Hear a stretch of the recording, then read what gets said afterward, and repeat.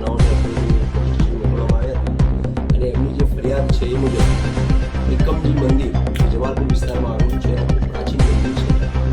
એ મંદિરની ચેરિટી કમિશનરમાં નોંધણી થયેલી છે અને એ મંદિર સંબંધે 1999માં એક દસ્તાવેજ થયો હતો, જે દસ્તાવેજ અત્યારે હાલ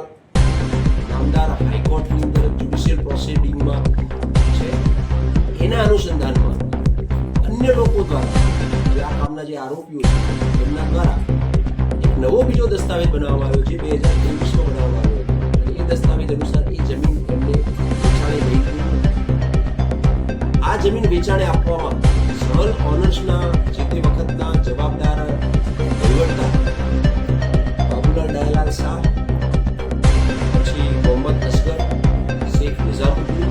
દ્વારા આ જમીન છે એ અન્ય 4 વ્યક્તિઓને ટ્રાન્સફર કરવામાં આવી, જેમની અંદર બિલાલ શેખ, રોહન કાદરી, જીશાન કાદરી અને સદ્દામ હુસેન કરીને છે. આ 7 આરોપીઓ વિરુદ્ધમાં ચેરિટી કમિશનર શ્રી દ્વારા મોકલવામાં આવેલા ફરિયાદ આપતા ગઈ કાલે ગાયકવાડ હવેલી પોલીસ ખાતે ગુનો આરોપીઓ છે એમાં કોનો શું ગુનો હતો અને કઈ રીતે આ સંપર્ક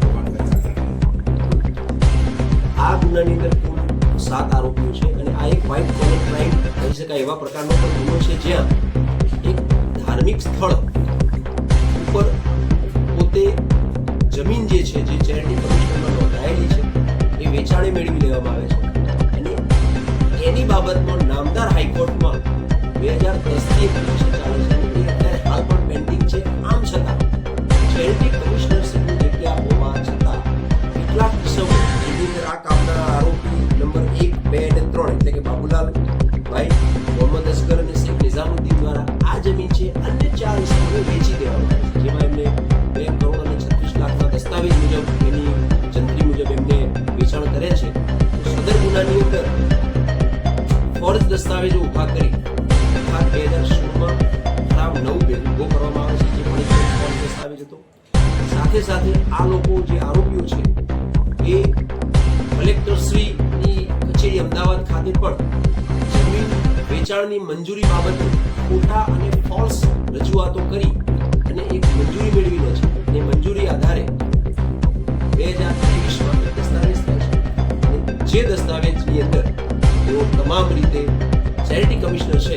એમની જમીનને બચાવી પાડવાનું નક્કી કરતા હોય, પોતાના આર્થિક ફાયદા સારું ત્રિકમજીનું જે મંદિર છે, ત્રિકમજી મંદિરની જે જમીન છે એ જમીન એમને બચાવી પાડી નથી અને આ પ્રકારની ગુનાહિત કૃત્ય કરનાર ઇસમો 4 ઇસમો જે છે જેને બીજા નંબરનો દસ્તાવેજ કર્યો છે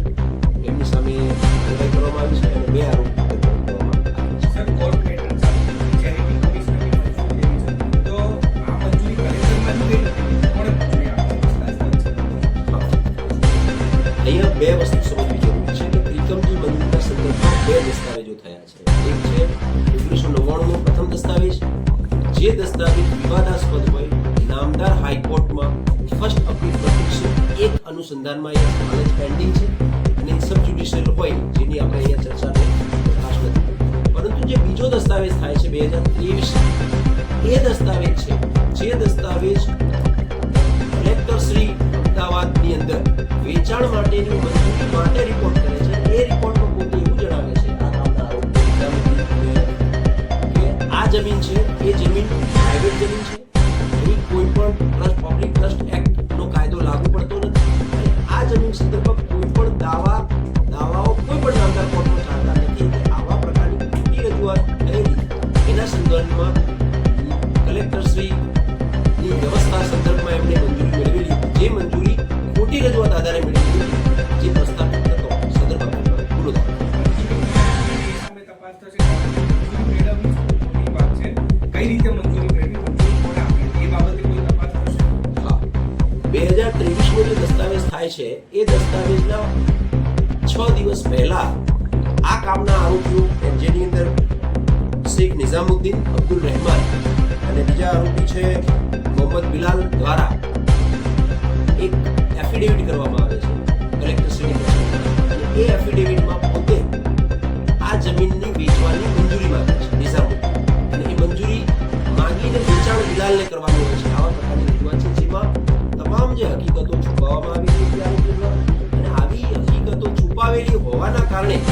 મંજૂરી એમને મેળવેલી હતી અને એ મંજૂરી પત્રમાં જ સ્પષ્ટ નથી હોતી કોઈ પણ હકીકત છુપાવવામાં આવશે તો આ જે મંજૂરી આપવા રદ થશે એટલે આ અનુસંધાનમાં એમને મંજૂરી મળી હતી. આમ છતાં તપાસના ભાગરૂપ મંજૂરી કયા સંજોગોમાં મળી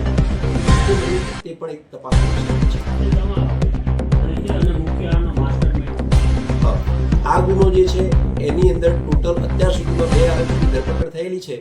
અને 2 આરોપીઓ જેની અંદર બાબુભાઈ ડાયા પૈસા અને શેખ નિઝામુદ્દીન એમના મૃત્યુ થયેલા છે. બાકીના આરોપીની ધરપકડ નજીકના સમયમાં કરવામાં આવશે અને સદર ગુનાની અંદર જે અત્રે એરેસ્ટ કરેલો મોહમ્મદ બિલાલ શેખ જે છે એ અને એના દાદા જે હતા શેખ નિઝામુદ્દીન જે આ ગુનાના બંને માસ્ટર હતા. વાત છે કે અત્યારે હાલની સ્થિતિ એ શું છે? મેદાન છે, દુકાન શું છે? હા, આ જમીનનો ફિઝિકલ કબજો જે તે વખતે 1999 દસ્તાવેજથી જ આ કામના આરોપી મોહમ્મદ બિલાલ અને એમની જે ટોળી છે એની સાથ પાસે હોય. ત્યારે હાલ જે જગ્યા ઉપર આપણે જોઈ શકીએ નાની દુકાનો આવેલી છે. મંદિર બાહ્ય રીતે જોતા મંદિરના પુરાવા નથી મળતા પરંતુ એ જગ્યા ઉપર મંદિર હતું એ પ્રકારની રજૂઆત ચેરિટી કમિશનર શ્રી દ્વારા કરવામાં આવેલી છે. આગળની તપાસમાં કયા મુદ્દાઓ પર આપણે જઈશું? કારણ કે મંદિર જેની વાત છે, મંદિર પાસેની જગ્યા આ લોકો આટલા ડોક્યુમેન્ટ મળી આવ્યા આ લોકો પાસેથી આપણે એફિડેવિટ આપી. સદર બાબતમાં ગઈકાલે જ રાત્રે ગુનો દાખલ કરવામાં આવેલ હોય પોલીસની તપાસનો ઓછો સમય મળેલો હોય હાલમાં ડોક્યુમેન્ટેશન રજૂ કરવામાં આવેલું નથી પરંતુ એ ચોક્કસ હકીકત છે કે જો આ જગ્યા ઉપર મંદિર હતું તો કેવા પ્રકારનું હતું એ મંદિરની કેવી સ્થિતિમાં મંદિર ક્યાં ગયું એમાં રહેલી મૂર્તિઓ હતી એના અનુસંધાનમાં અને એ જમીન ઉપર દુકાનો લગાવીને શું આર્થિક ફાયદો અત્યાર સુધીમાં મેળવવામાં આવેલો છે આ કામના આરોપી દ્વારા એ પણ ભવિષ્યમાં તપાસનો વિષય છે.